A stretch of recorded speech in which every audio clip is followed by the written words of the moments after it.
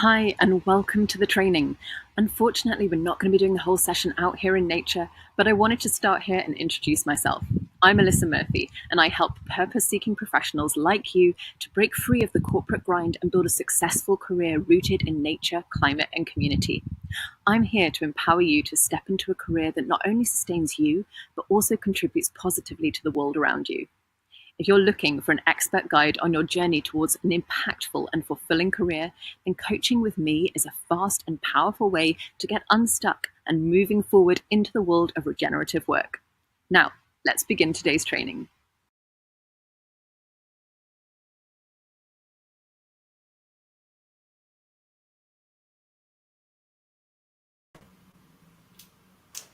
Hi everybody, and welcome to this live training. I am so relieved that I managed to meet my technical challenges this morning and get us set up here.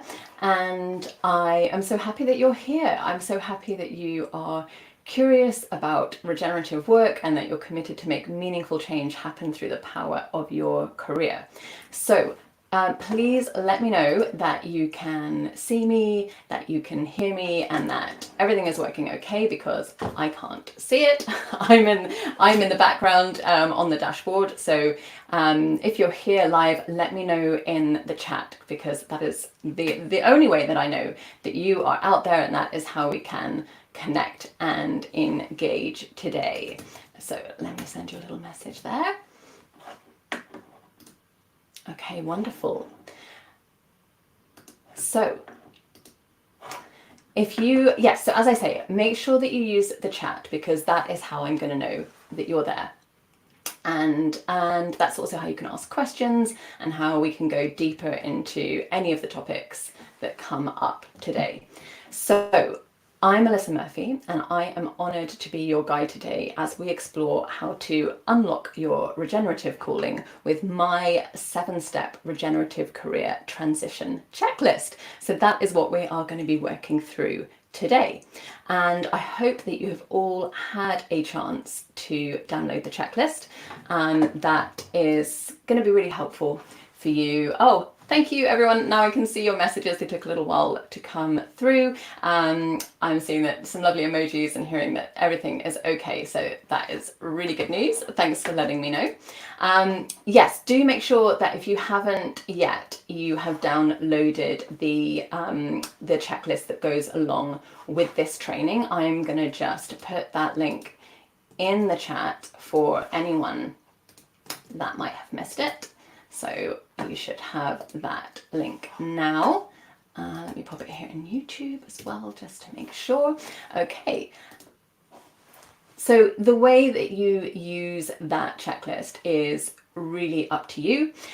You can just sort of have it there as a prompt, but there is space built into it so that you can make some notes as you go through, and you can put down some reflections, any action points. You'll also highlight any of the subjects that came up that maybe felt particularly challenging to you, or where you felt resistance. So yeah, have that by your side, or have some paper with you, so we can really make this a working and interactive session. So let's maybe start by getting to know each other a little bit. One of the important principles of regenerative work is place and rooting in place, which is increasingly challenging when we're in these kind of digital interactions. So if you would like, please let me know what part of the world you're in and what the land is like there today. And while you're doing that, I will share where I am. So I'm in a small riverside town in the east of England. It's called Wivenhoe. It's actually named after a wyvern, which is a kind of fictional two-headed dragon. And we live close to the river, and there is a very strong smell of mud. It's a really lovely earthy smell, I think, and that's always the kind of smell that lets me know that I'm home, that river mud smell. I also live right next to an area of ancient woodland. It's a small area, but it's incredibly special.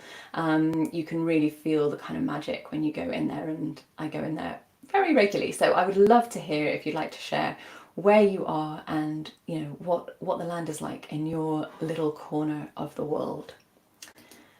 Okay, so while you're doing that, let's talk about what you're going to learn today. So making radical change happen in your career and aligning your career with regenerative principles is messy and often lonely work. Ask me how I know.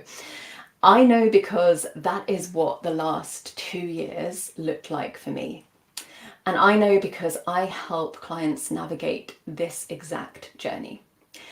And while I firmly believe that the messiness is necessary, because what you're actually doing is decorporatizing, which is really just another word for decolonizing, I want to provide you with some powerful signposts along that journey that will both inspire you and give you the confidence that you're headed in the right direction.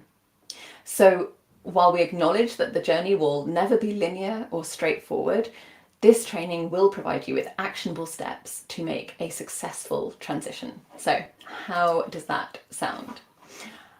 Wow, I've got some lovely messages here from before we move on where people are. So Amberine is watching from Washington State, where there are lots of trees and moss and refreshing rains.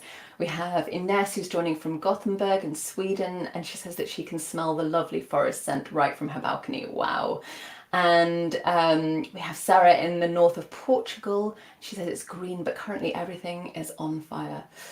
My goodness. Yeah, I'm sorry to hear that. And yeah, that's an important reminder, I think, of why we're here, why we're doing this work, right? To have that kind of impact. So thank you for sharing those stories. Right, how this is going to work. I have mentioned this briefly, but just so that everybody is clear. I want you to listen to the concepts that I'm sharing. I want you to be able to just absorb them, but I also want you to pay attention to how they feel in your body, because for the purposes of this training, I'm much more interested in how you embody the concepts than any kind of sense that you're ticking off a list and you're getting through a to-do list and that you've done it all. That's really not how we are going to approach this kind of work. So just listen out for what ideas stimulate you, and you can capture any of that right there on the checklist or in your notes. So have that there right beside you. So you can literally approach this as a checklist, because every approach that I've included will support you in moving towards your regenerative calling with confidence and clarity. Between the steps, I've left you some notes, space for the notes and reflection, as I said. So there are 2 things that you may want to pay particular attention to. Number 1, where are you experiencing resistance? So I have a coach that I work with who likes to say, when I'm giving you advice that you really don't want to hear, pay particular attention. And I think that's a really important point. It doesn't mean that she's always right. It doesn't always mean that I'm going to take that advice, but it's always very interesting to know why I feel resistant. And the second thing to notice is think about what one tiny step you can take in that direction for each of the steps that we're going to cover today. Don't try to make a big leap or achieve all at once. Just really think about one tiny little step that you can take in the right direction. And of course, ask questions as we go through. I'm going to do my best to keep my eyes on the chat, but that's really what I'm here for. Yes, I'm going to teach you concepts, I'm going to share my experience, but I really want to make sure that you get out of this experience what you came for. So make sure that you use that chat, ask me questions at any point as we go through, and anything that I don't get to, we'll have time at the end for Q&A, and I've also got a few questions that were pre-submitted. So if you're watching a replay right now, listen right the way through to the end and I will answer your question at the end. Okay, so is everybody clear what we're doing? Can I get a few more thumbs up, a few more yeses? I'm so used to being face to face with an audience. It's a slightly disconcerting experience when I can't see you. So please, give me some thank you, some emoji love, and let me know that this is all making sense. And then we're going to dive right into the training. Oh, one more thing before I do. So this training today is very much based on my personal journey, and I'm going to share some extracts from that as we go through each step so that you can get a tangible sense of what it looks like in action. However, if you want the full story, then I share that in episode 6 of the Regenerative Work-Life podcast, which just came out this morning. So make sure you go and listen to that, because the training and that podcast episode really go hand in hand, and they'll help you to deepen your understanding of this framework. One final point on purpose. So I do go into this in a bit more depth in the podcast, but I think it's really important to define what we mean by purpose or calling right here at the beginning. And I won't go into it too much, but I want to explain that to me, I think purpose has been kind of co-opted into this sort of almost unattainable standard.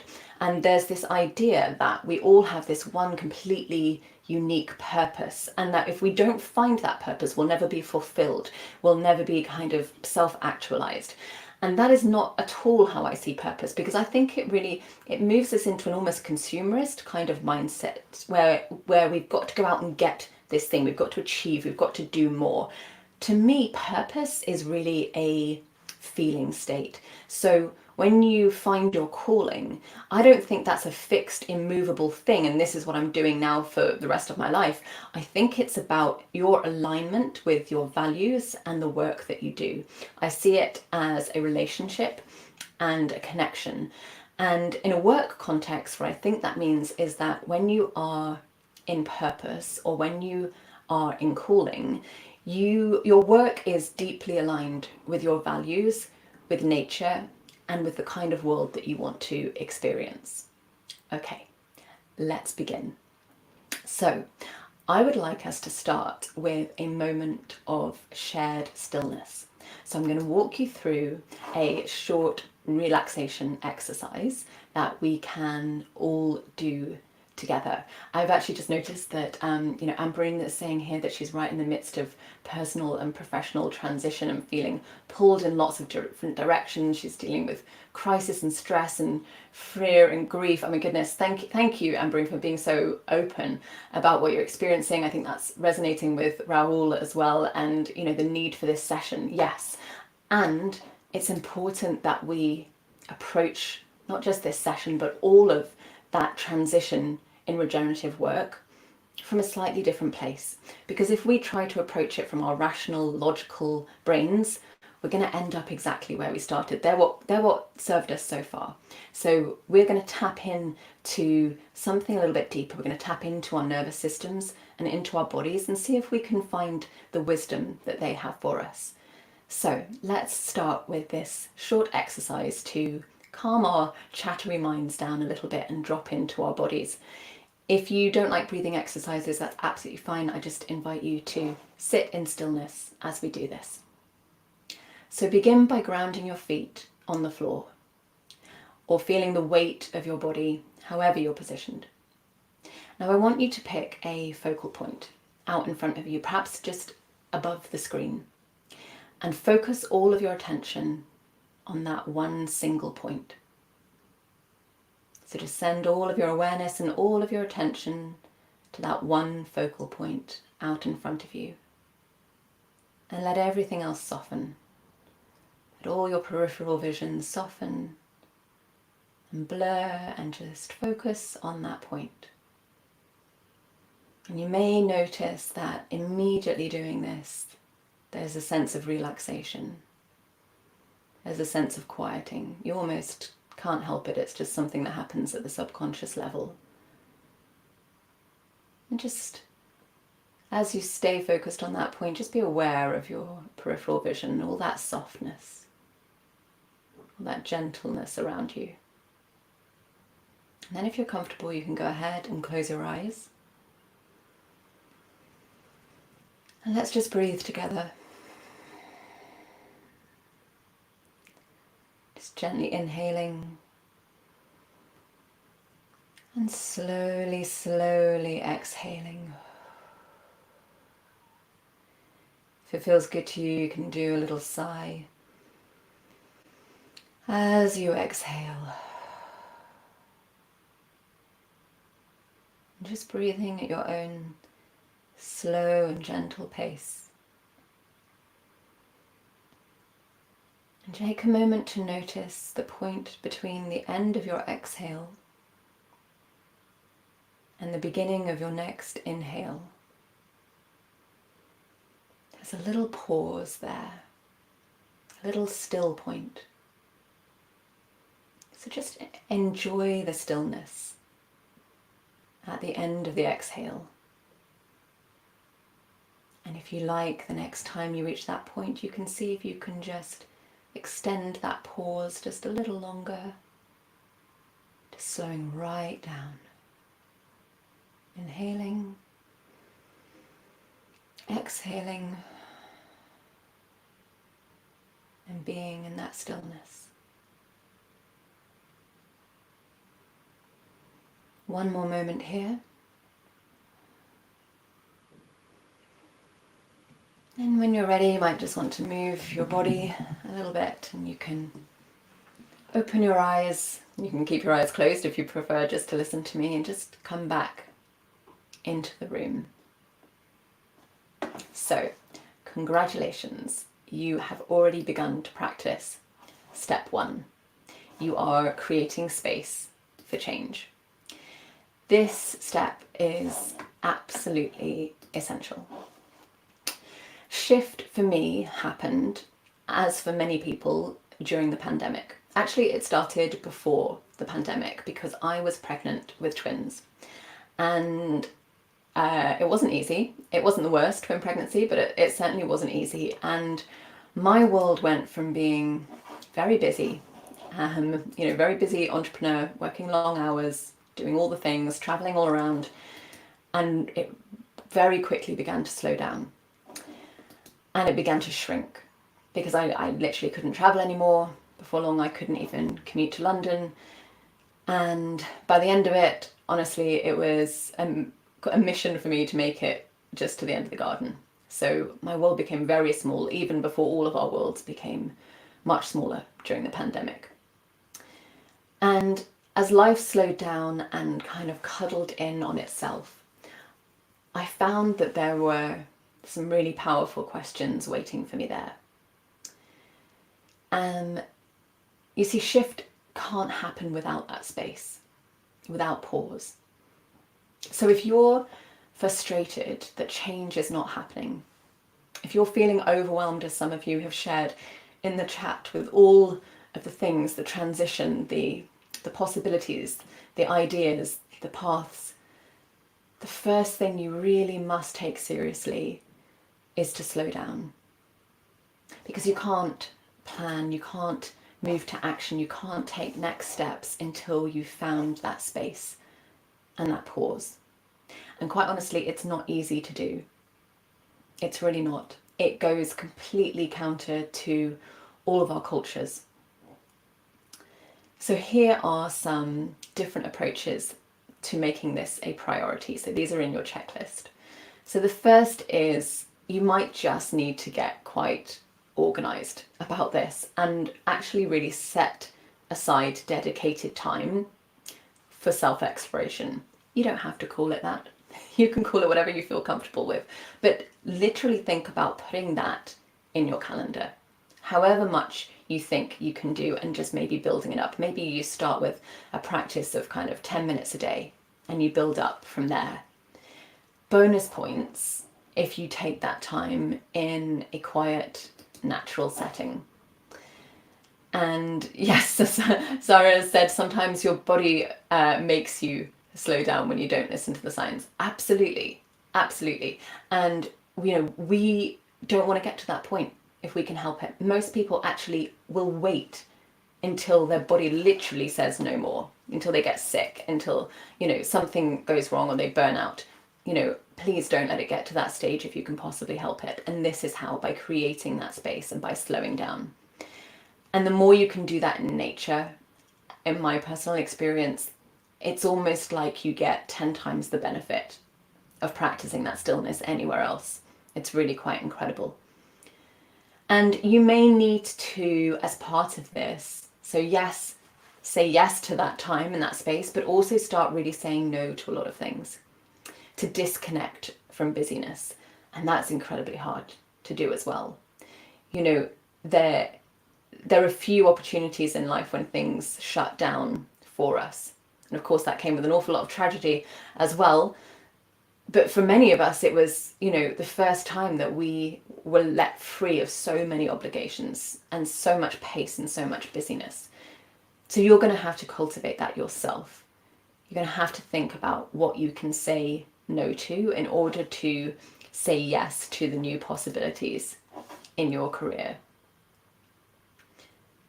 Yeah, and there's a lot of agreement here around the health point, and Raul is saying yes, that's his case too, and that, you know, health issues lately have been the most important sign that I need to change. You know, sometimes we need those indicators from our body. I really believe, I would say, the sort of the foundation of all of the coaching that I do is that our bodies know, our bodies have this wisdom, and we need to learn to be in conversation with them. So this is a really important step. Say no to that busyness. And as Ines beautifully says, that is saying yes to ourselves. So take a few moments and maybe in your notes or on the sheet, maybe see if you can make a commitment to yourself to take some of this time. And if you like, you can share that commitment in that chat. You know, and it can be so micro. I have 3 small kids. I find it incredibly difficult to find moments for stillness and peace. They have to be so micro when the children are around. You know, sometimes it's just like looking into my cup of tea for a few sips of that cup of tea, or just concentrating on one deep breath. So they can, you know, it can be tiny. That's an important principle here. Tiny steps, but all in the right direction. So let me know what steps or what commitment you might be able to take. Okay, so then let's take a look at step 2. All right, this is not a fun one. I'm going to tell you in advance, this is not a fun one. All right, step 2 is to develop a financial transition plan.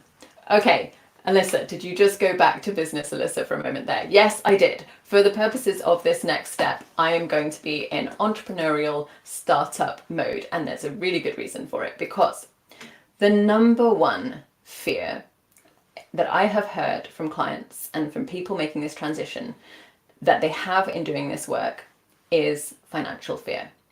I read an article just this morning in the Telegraph here in the UK about someone who had escaped the trap of their £200,000 a year job. Okay, there's a lot we could say about that, but you know, money is a trap that holds us either in corporate jobs or in a corporate mentality. There's just no two ways about it. And at the same time, we all, I'm going to assume, still exist in a reality where we need to pay bills and we need to put food on the table and support ourselves, support our families. So, you know, financial fear is real. And when that fear comes up, you know, that is us trying to protect ourselves, because it can feel incredibly risky to embark on this kind of journey.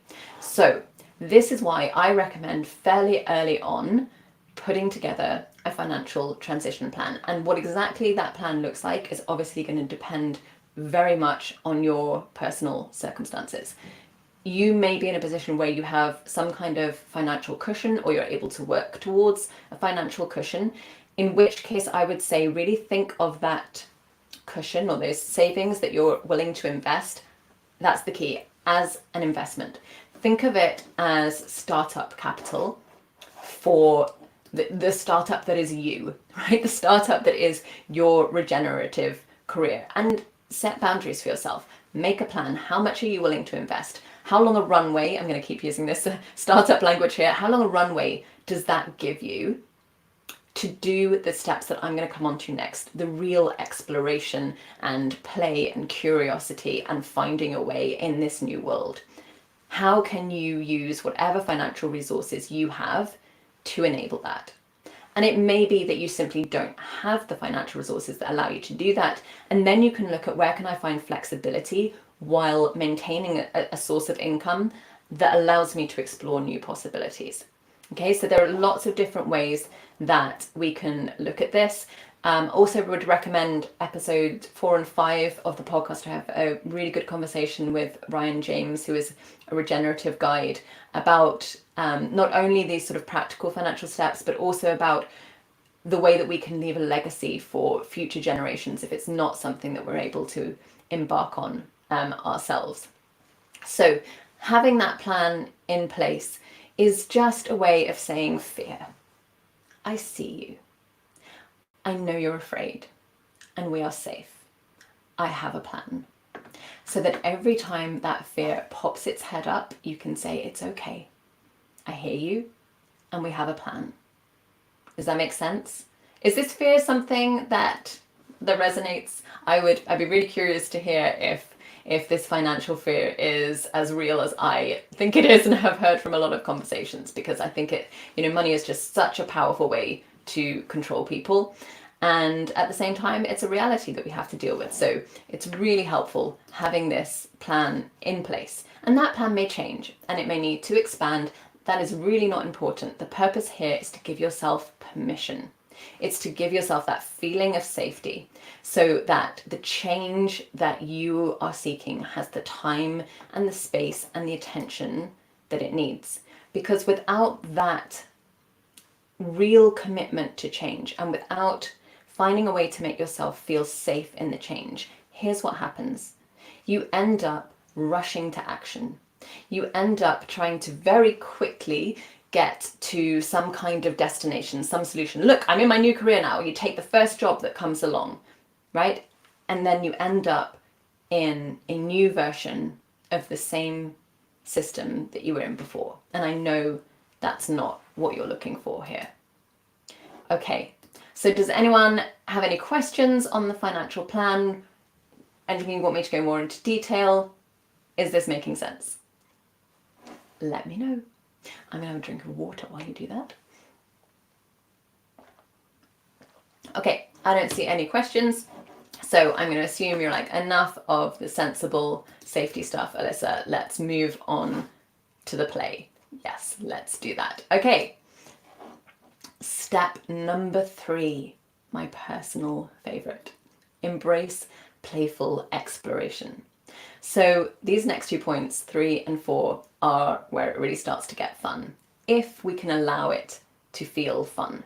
Okay, if we can let go of some of the fear and some of the conditioning that says we're lost. Amber says, get out of my head. No, I like it in here. Okay, so let's play. So step 3 and step 4. So step 3 is play, step 4 is curiosity. And really they go hand in hand. They dance together. But there is one crucial difference. Play is something to engage with purely for its own sake. So when you see children play, I'm super interested in early years development, and I've had quite a bit of experience through my own children. And when you watch children play, the beautiful thing about it is they are not interested in the final outcome. So you see a child playing with bricks, they are far more interested in, what does a brick taste like? What happens if I put a brick on its side? What happens if I put a big pile of bricks all together? What's that sound like when I push them over? What does it feel like in my hand? What happens if I throw it? They are far more interested in all of those experiences and just being in the play than they are in any kind of final result. And often it's us as adults that come along and get in the way of that play because we say something like, oh, look, you're building a castle, right? Because we've been so conditioned to get to the end product, to the end destination, right? We are, in this step, we are embracing play purely for the sake of play. And what could be more counter to corporate conditioning than to simply play? It's beautiful. So when it comes to curiosity, you can allow yourself to be a little bit more purposeful and analytical and start making some connections between your interests and possible new directions. We'll come on to that in a moment, but for the play, we're going to keep this really pure. It is important that you don't kind of try and map this out. You don't explain it to yourself or to anyone else. You simply engage. So for me, this play looked like a lot of time in nature. Now I can see that from my vantage point now, but at the time I wasn't even really aware of this as a theme, which is probably laughable to any of you that knew me at the time because it was kind of glaringly obvious. But I was just saying yes to experiences that my body wanted to say yes to. So, an example, I went forest bathing for the first time, which does not mean swimming. It means being in nature. It's a practice of really connecting and immersing in nature. I hosted several woodland retreats. I hosted play dates for grown-ups. I did a lot of gardening.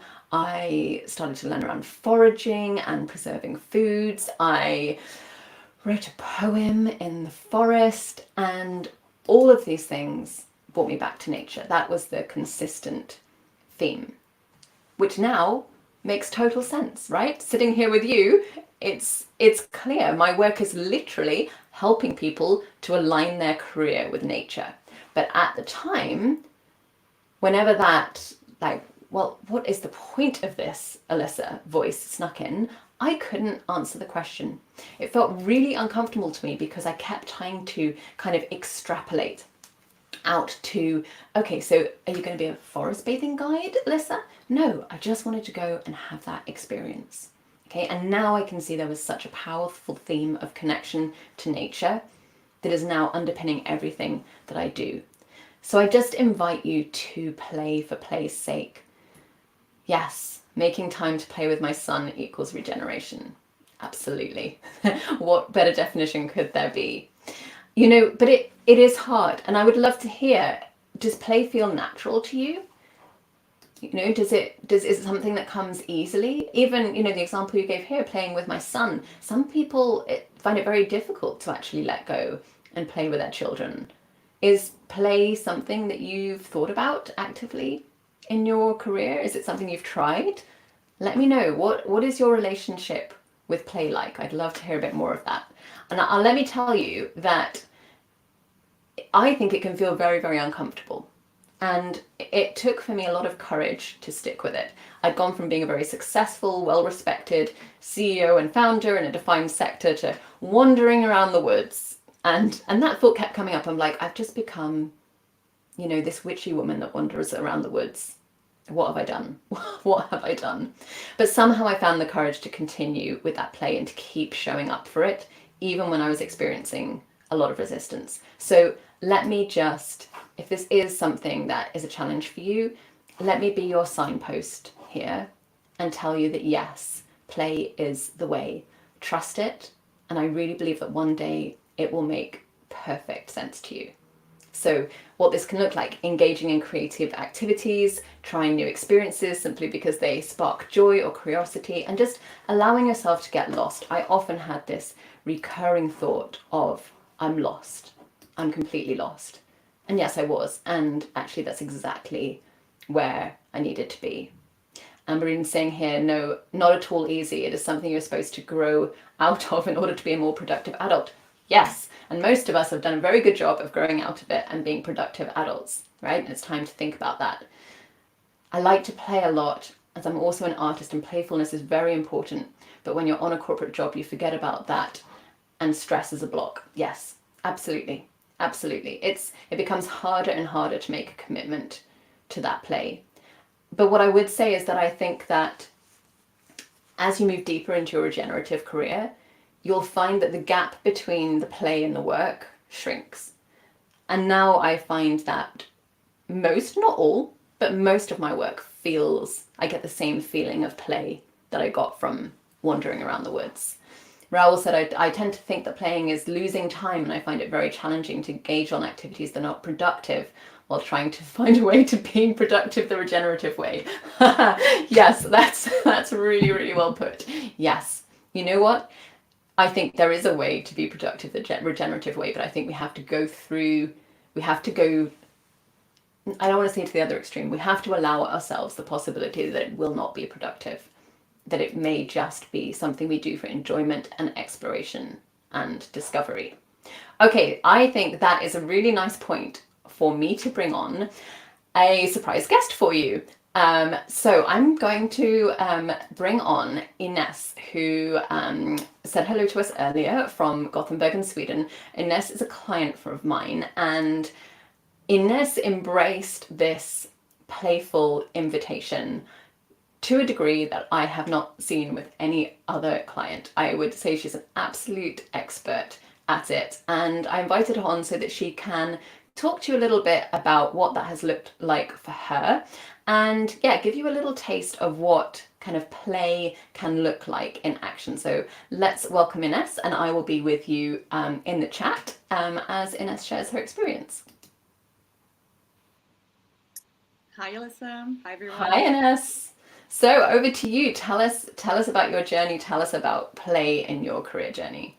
Yes, well, I have to say that thanks to you, play has really become second nature to me. But I remember at the beginning, it was definitely a very scary process, and it did feel like I had no clue of what I was doing, and it was very intimidating. But in the end, I noticed that it just felt like very expansive and fun, and it just felt like new sides of me came up. And so I'd say that play took the form of being in front of the camera. So kind of like photography and modeling. I really discovered that I enjoyed seeing different sides of myself, of my personality on picture. I found it very powerful.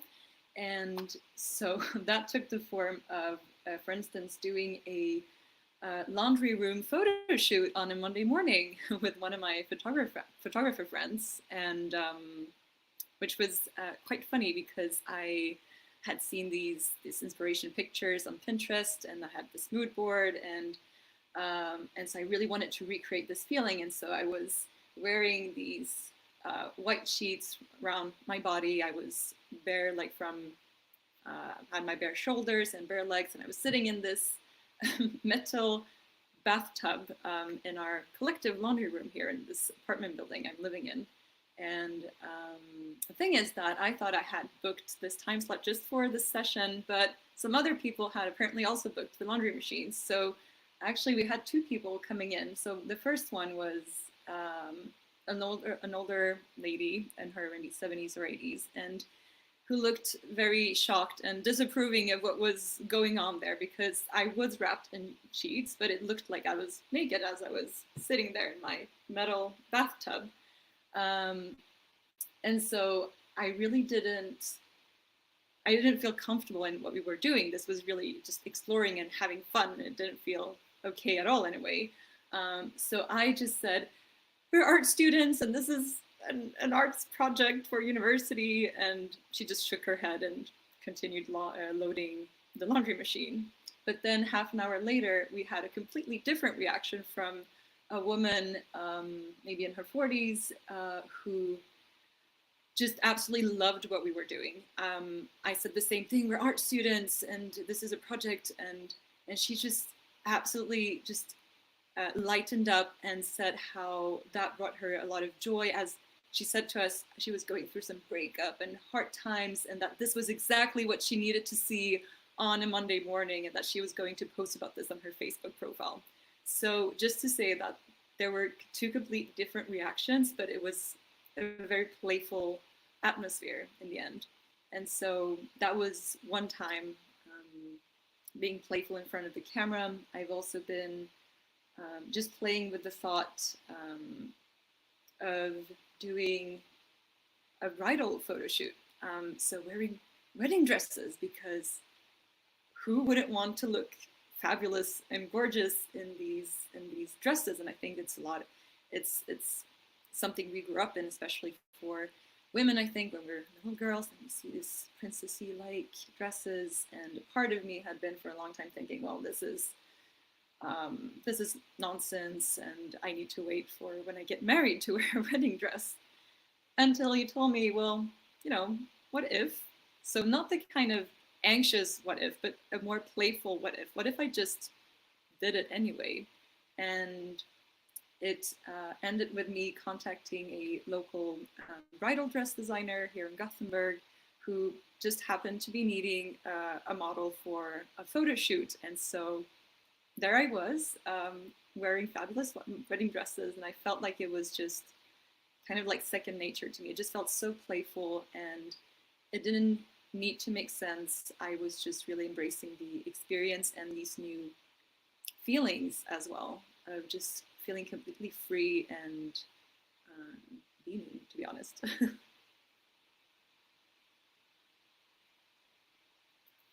And well, I have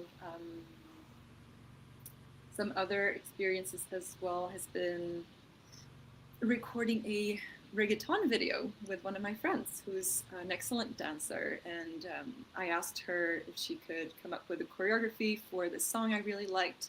And same thing here, I just when it was really about being playful with the energy, and then being able to see that myself on the video, like seeing the energy I wanted to transmit. And so for me, that kind of playfulness was a way to discover, like I said before, different sides of my personality, which I would not have had, I think, which I didn't have with the typical corporate mindset.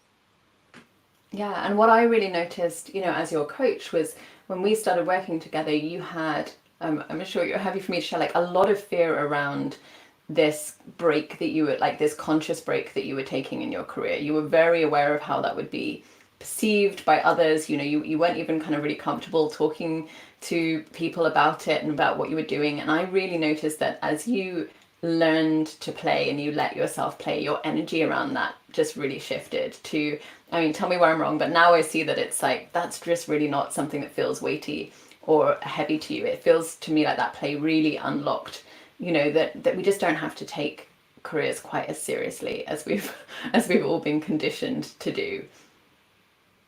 Yes, exactly. Just taking it with a lot of lightness. And I think when it comes to career transition, we also grew up with the idea that career is something serious. It's supposed to, we're supposed to make an income from it, and we have to be very professional. And so I think we just almost suppress parts of ourselves, and just like when we're children, and then they start conditioning us and putting us into these frames. And so I felt sometimes that, especially in the corporate world, we're allowed to be creative, but make sure it's within a certain box. Like, it needs to be creative, but within this box. Whereas when it's this type of playful exploration, was just, it didn't have any shape, it didn't have any box, it wasn't a triangle. It was different playgrounds in the end. Where for me, it was, one playground was photography and the modeling aspect, and then I had other playgrounds when it came to just creating a playful environment, living environments to be in. So that would be like bringing on a disco ball in my living room, for instance, or playing around more with scents, and I don't know, grinding cardamom. For instance, I had like this phase for several weeks where I would just love having fresh cardamom seeds. I remember the cardamom phase. Yeah, and that's a really nice way of of illustrating actually that, like I said before, these steps can be really, really small. It might not feel right now that it's accessible to you to go out and do your equivalent of a photo shoot in a laundrette, but you can do these little steps, just these little playful, and it can be just for you. It can just be putting up a disco ball in your home because it brings you joy. Ines, thank you so much for coming on and sharing some of your experience. I think you're going to be with us in the chat a little bit longer, so feel free, if you have more questions for Ines about her experience, she'll be over there in the chat. Thank you so much, Ines. Thank you.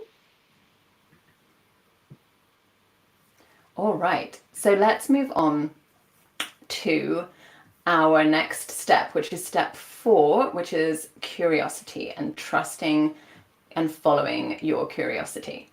So as I said, this is quite closely linked to step 3, but it's really not important to treat them sequentially or worry about distinguishing between the two. But the curiosity piece can be a bit more structured. This is more the kind of conscious learning that you might be doing where compared to play, and exploring with the aim of learning something new and not just having an experience. So this may well look like education or courses or training. I wouldn't describe those as play. They have a purpose, but they still don't need to make sense. And that is really important, because if you apply a filter of, does this thing that I'm curious to learn about provide direct value to the yet to be defined next chapter of my life, you will very quickly become stuck. it's really important that you just trust your curiosity. It is enough that you feel that curiosity, that it sparks something for you. That is enough of an indicator that you should follow. For me, this is how I found regeneration as a topic. I think some of you here, certainly on the replay, may have been through the Rebiz or the Tipping Point learning experience that Ryan James offers. That was one of my big curiosities. I heard about the course. I heard about this sort of business through a regenerative lens, through an indigenous worldview, and I was just really curious to learn. I was, it was an immediate yes for me. But I didn't sign up because I thought, oh, regeneration is going to be the next step in my career. I signed up because I felt that the course would answer deep, difficult, burning questions that I couldn't answer on my own. And I didn't approach it with an expectation of some kind of return on investment. I was just there in a very sort of pure, open attitude of learning. And quite honestly, it changed my life.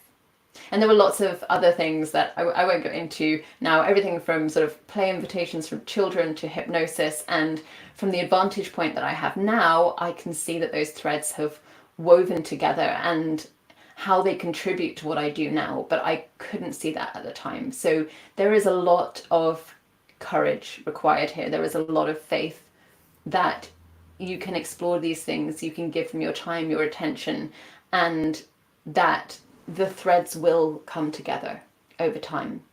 So let me know, what is sparking curiosity for you right now? This is your opportunity to say it out loud and give yourself that commitment that it's something that you're going to follow. What would you love to learn more about for no good reason other than to learn? Tell me in the chat. I'd love, really, I can't get enough of people's curiosity. So I would love to hear what is something that you want to pursue and you want to learn and give some attention to. And you can also go ahead and note that down on your checklist. So, you might just want to even just list out all the things that interest and excite you. Sometimes, when we're doing this, we're actually really connecting with things that we haven't thought about for a long time. It's really fun to think about, what did you love as a child? What did you want to learn about as a child? Often I hear people say things like, well, I really wanted to do this at college, but then I thought it would be sensible to do this. Or, when I was little, I dreamed about doing this, but then I never came back to it. That's what we're looking for. What were those dreams that you let go of? I really believe that they are the heart of your regenerative calling. So let me know if there's one, if you feel like sharing, what that might have been to you. A dream that you had, a curiosity, something that you'd pursue. Ooh, Anne-Marie, now you're speaking my language. Oracle cards, and I think, sorry, that I can't see the very corner of this chat. I think it says in green witchery. Oh, we need to have a separate conversation. I went through a whole long stage. I'm still in the stage. I loved it. Yes, great example, right? That was actually, you kind of reminded me, that was a big theme for me. And, and again, this is why I want to give you permission. You don't need my permission, but permission to explore those things, because, at the time it felt kind of silly. It felt almost, it felt very countercultural. It felt like I'm never gonna be able to explain this to anybody. And, and now it's just something kind of in the background of the energy that I bring to my business. And it's really powerful. It doesn't need to be upfront, but it's there. It's all part of the ingredients. Yeah, Sarah says she loves that too. Wonderful. Okay, I'm aware of time. I want to be really respectful of your time. And we have a couple more checkpoints to get through. But there is one point I want to make about curiosity. I won't go into it a lot in detail. I think I'm going to do a podcast episode on this because it's quite detailed. But if you like, you could think about starting to map out your kind of curiosity exploration a little bit. You can do it in whatever way that you like. You might just want to kind of keep a notebook of, this conversation, this book, this article, this course, just somewhere that you've kind of captured it, because I think it's really helpful to be able to look back when some time has passed and start to kind of piece together some themes.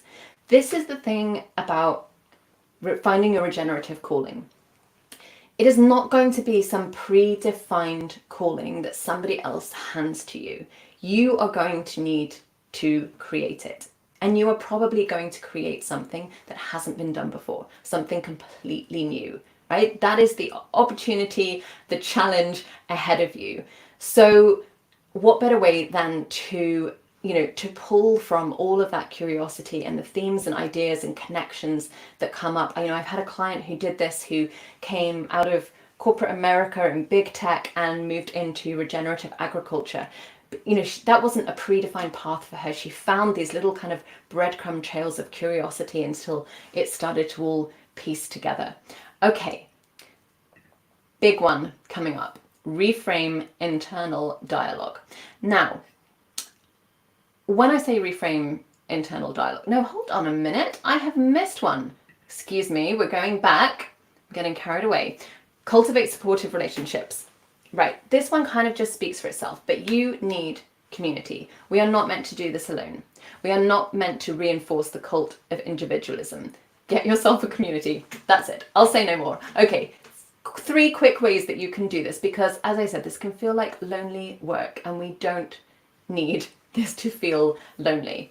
So find yourself a community, whether that it can be online. One of the things I love to do with people is to rewild your LinkedIn feed. If you haven't done this, I highly recommend it. Just follow people who talk about the kind of world that you want to see, whether that is, conservation, rewilding, biodiversity, regeneration, whatever it is. And at the same time, ease back from the stuff that doesn't make you feel good, right? Ease back from, if you come onto your feed and you just see promotion after promotion and, very much kind of corporate America speak. For me, because I was in startup world, it was like this constant barrage of funding announcements. Like, we've raised this much, we've raised this much, we've raised this much, we've exited. And I just felt like I'm just in a different world, until I just started following people in regeneration, and my community became a really special place.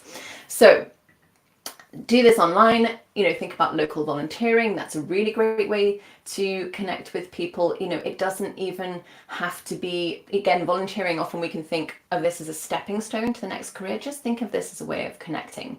Yes, someone's saying here, decoupling from productivity or a career move eases the pressure and stress. Absolutely. So really important to surround yourself with that community. Of course, part of that can also be, not doing this alone can look like having an expert guide by your side. I am one of those guides, but there are many people out there who do this kind of work. There are many fantastic learning programs that you can be a part of. Don't let this be a lonely journey. Okay, so now we will come on to reframing internal dialogue. This is something that you are going to need to do all the way through, right from today, all the way through. And when I say reframing internal dialogue, I think really what I mean is reframing the internalized corporate voice that we all have, whether or not we've actually been in a corporate job, because it influences all of us. Many of you have shared in the chat already some examples of this, like that we need to grow up and be productive, right? And that everything needs to sort of make sense sequentially and contribute towards the career, and it all needs to make sense. Unless you were perhaps raised in a First Nations culture, the chances are that you've been taught to believe that your productivity and your value are directly related. You've been taught to prize efficiency and exponential growth and linear progress. And, some of those things are fine in their place, but they are not natural. For me, the most important thing about choosing a regenerative career path is not actually about what you do, it is about how you do it. It is the relationship you build with yourself and with your community and with the ecosystems around you through your work. And I think those of us on that path will be in a continual process of unraveling and assessing and watching out for that old conditioning creeping back in. Speaking for myself, I feel its pull every single day. I feel its pull every day. Is this resonating? What are the kind of thoughts that show up for you? Because it's really important to say them out loud or to write them down, whichever you're more comfortable with. When we can see them in front of us, we can then immediately notice that they are not our thoughts. So a really big one for me, as I mentioned, was you're wasting your time. I think Raoul mentioned about this as well. You're wasting time. You're becoming irrelevant. That was a big one. I was before I came to this work, I was, a well-known, well-respected CEO, and I liked that. I'll be honest, my ego liked that. Okay, and then I didn't do the expected move of, I don't know, maybe going into consultancy or like, board positions and things like that. I didn't do what most people do when they sell their business. And I felt like I was becoming irrelevant, and I had that thought you're becoming irrelevant. But when you're aware of those thoughts and when you have them kind of right out in front of you, their power is immediately diminished. So be brave and share what some of those thoughts are and just look out for them. Oh, Ines has one here. I'm betraying my former colleagues' industry. Wow, that's a really big one. Yes, these are heavy thoughts, but when we put them out there, we notice that they are not us. They are something separate to us. We are not them. And that's the thing to remind ourselves. So just really notice that negative self-talk or those limiting beliefs and challenge those thoughts, particularly around productivity or attainment or achievement. Really, really watch out for those, because as I say, those are not rooted in nature. And also practice self-compassion, because they will come up, and that's okay. And just like we talked to your fear earlier, we can say, okay, I know you're having the thought that you're getting lost, and that's okay. That's okay. All right, the final step. Connect your skills to regenerative work. So this is where you get to be really hands-on and really practical. This is where we move into action. Okay, are you ready? I'm going to just go right into the steps here. So these are just 3 practical steps that you can do whenever you feel ready to do them. List your current skills and strengths in plain and simple terms. This is really important. Do not use industry language. Do not use corporate speak. Do not use any words that wouldn't make sense to a child. This is how you are going to identify those skills and experience that are truly translatable and applicable to really any field. I'll give you an example. I am very good at telling stories. This has been a clear theme through my whole career. I can also help people dream about really big and exciting things, and make that dream into something that is clear and real and that other people get excited about too. You see how I could have put that very easily in corporate about, I don't know, enrolling people in vision or something like that. No, I want it in plain and simple language, right? That's how you really understand it. This is kind of your new CV. Because when we use language like this, we stop being attached to a particular industry or organization, and it opens up so many possibilities for me. Okay, so I'm just having a quick check. Okay, yeah, a lot of people resonating with that idea that they're betraying the organization that they work for and that people have believed in them. Yeah, but you don't feel like this is my place anymore. I mean, I think, yeah, well, let's come back to this, because I think this is a common theme, but I think we can also see beyond the organization, because organizations intentionally or otherwise tend to shrink down an ecosystem just to that organization. But when we really understand ecosystems, we understand it as everyone who is affected and around that organization, all the way through the supply chain, to use business terms, the community around it, the living creatures, not just animals that are affected by it. I think when we expand our understanding of ecosystem beyond an organization, I think then we can shift our ideas around obligations. I hope that's helpful. Okay, there's step 2 in terms of connecting your skills and experience to regenerative work. I want you to write a true and beautiful story about where you are in your career. A lot of people feel some kind of shame. We've just been talking about it, right? There's some kind of shame around wanting that change in their career journey. Maybe it's because of obligation to an industry or to an organization or to colleagues. Maybe it's because, as we mentioned before, that there's a sense of like, oh my goodness, there's this gap opening up in my career. How am I going to explain that?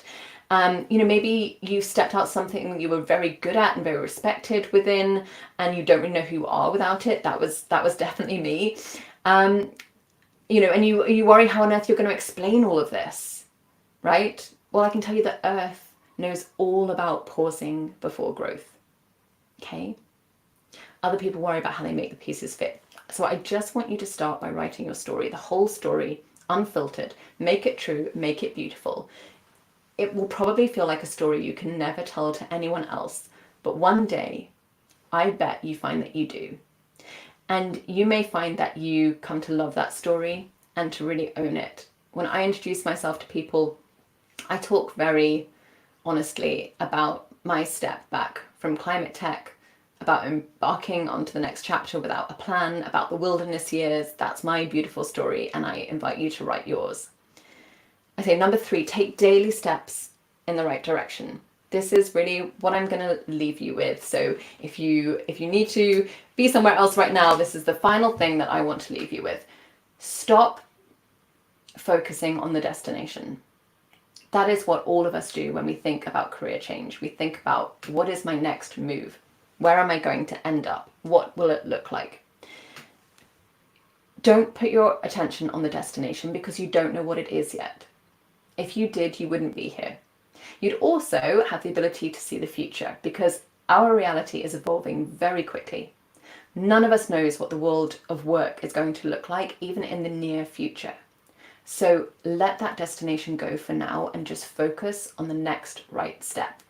And these steps can be tiny, tiny, tiny, tiny. Okay, I had a client who was very concerned about health insurance when leaving her job, which is completely understandable. She's in the States, very valid concern. She set herself the tiny step of researching alternative options for her health insurance. She did that during the week between our sessions. She came back, and the sense of freedom that she brought with her into that session was incredible because the fear had gone away as she'd empowered herself with that research.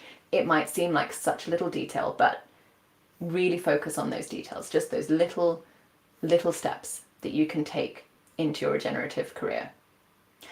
All right, so we have gone an hour.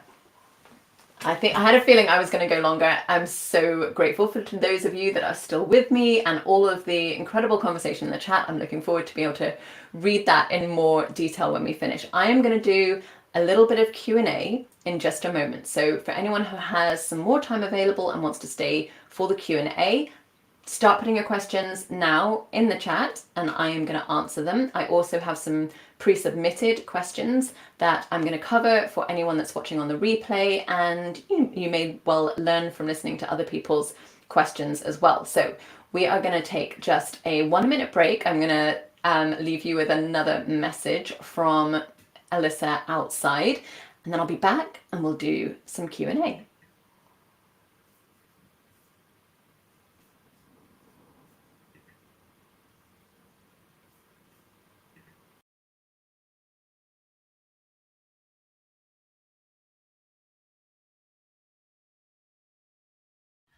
Hi, and welcome to the training. Unfortunately, we're not going to be doing the whole session out here in nature, but I want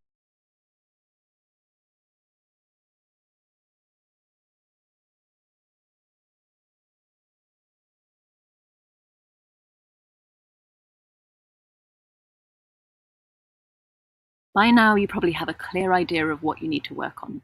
The concepts and tools I've shared today are designed to help you navigate your career transition with confidence and clarity. But you don't have to do it alone. In one-on-one coaching, we'll focus on exactly what's holding you back and unlock it together. I'll teach you powerful tools to regulate your nervous system, rewire your neural pathways, and set clear, actionable steps for your next move. Email me at coaching@regenerativeworklife.com and let me know what you'd like to work on. Together we'll create a coaching package that fits your needs and resources. Let's make your regenerative career a reality.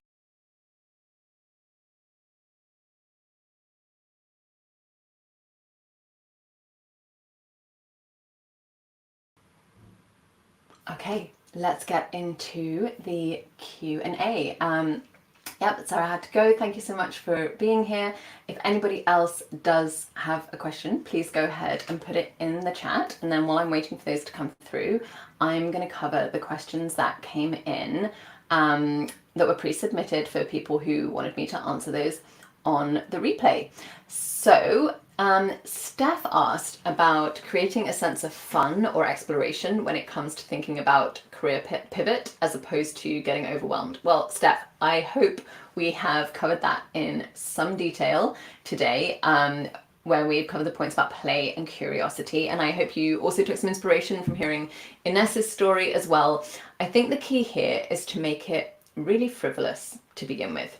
If you're feeling overwhelmed, then steer away from anything that feels like work. I think at least one person in the chat as well was talking about feeling overwhelmed. So don't make play feel like something else that you have to do, something on your to-do list. You can make it really bite-sized. You know, play can mean watching the shadows play on the wall, or, you know, getting your kids' paints out for 10 minutes. Think of what you loved as a child. That's such a good guide. How can you recreate that? And finally, just give yourself permission to have fun and explore as you want to, because it's right there in your question. You don't need permission from me, Steph, but I will grant it anyway. Play and curiosity, fun and exploration, they're all essential ingredients for building a regenerative career. Okay, let's see. So I also had a question from Joyanne, who said, what advice would you offer to someone making the switch to a regenerative or sustainable career from solopreneurship?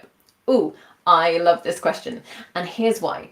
I think you are going to be so well prepared if you have been an entrepreneur or a solopreneur. I think the hardest shift to make is when you have been very used to the perceived comfort and security of an organization, and you're not used to navigating away in the world without that structure and that safety net. And I think that's probably actually what's behind what a couple of people have shared in the chat about feeling that kind of obligation to an organization.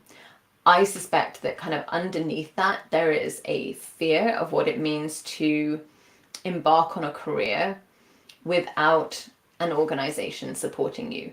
But in most cases, not in every case, but in most cases with regenerative work, your work will at least move a lot further in an entrepreneurial direction than it has been before.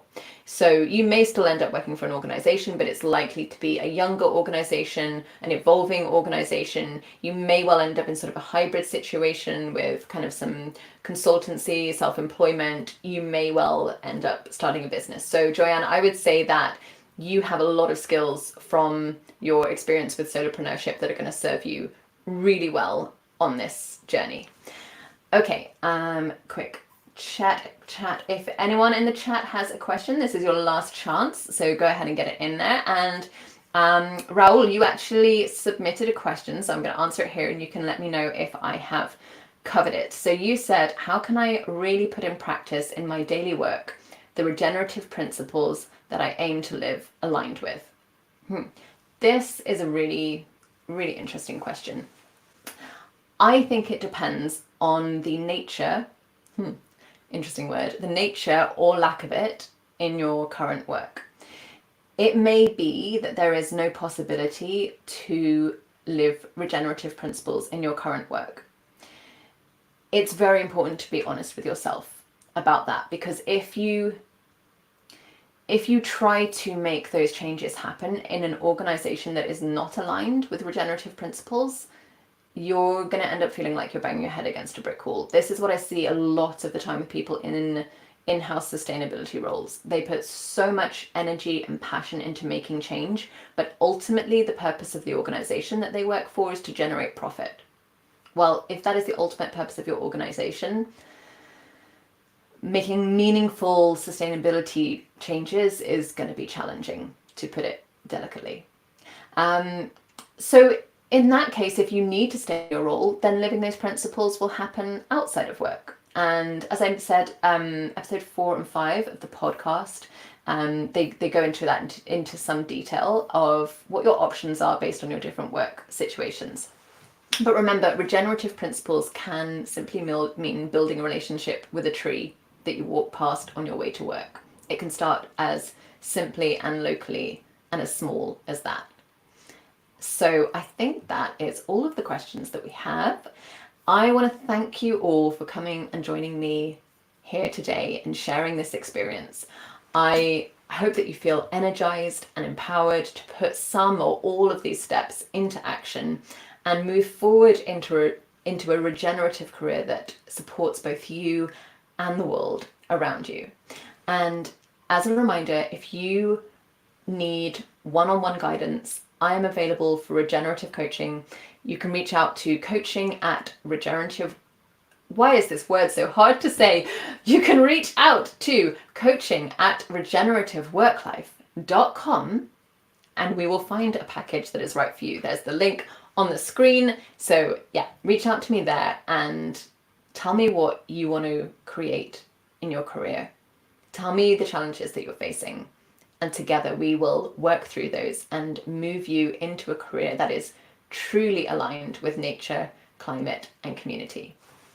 Thank you so much.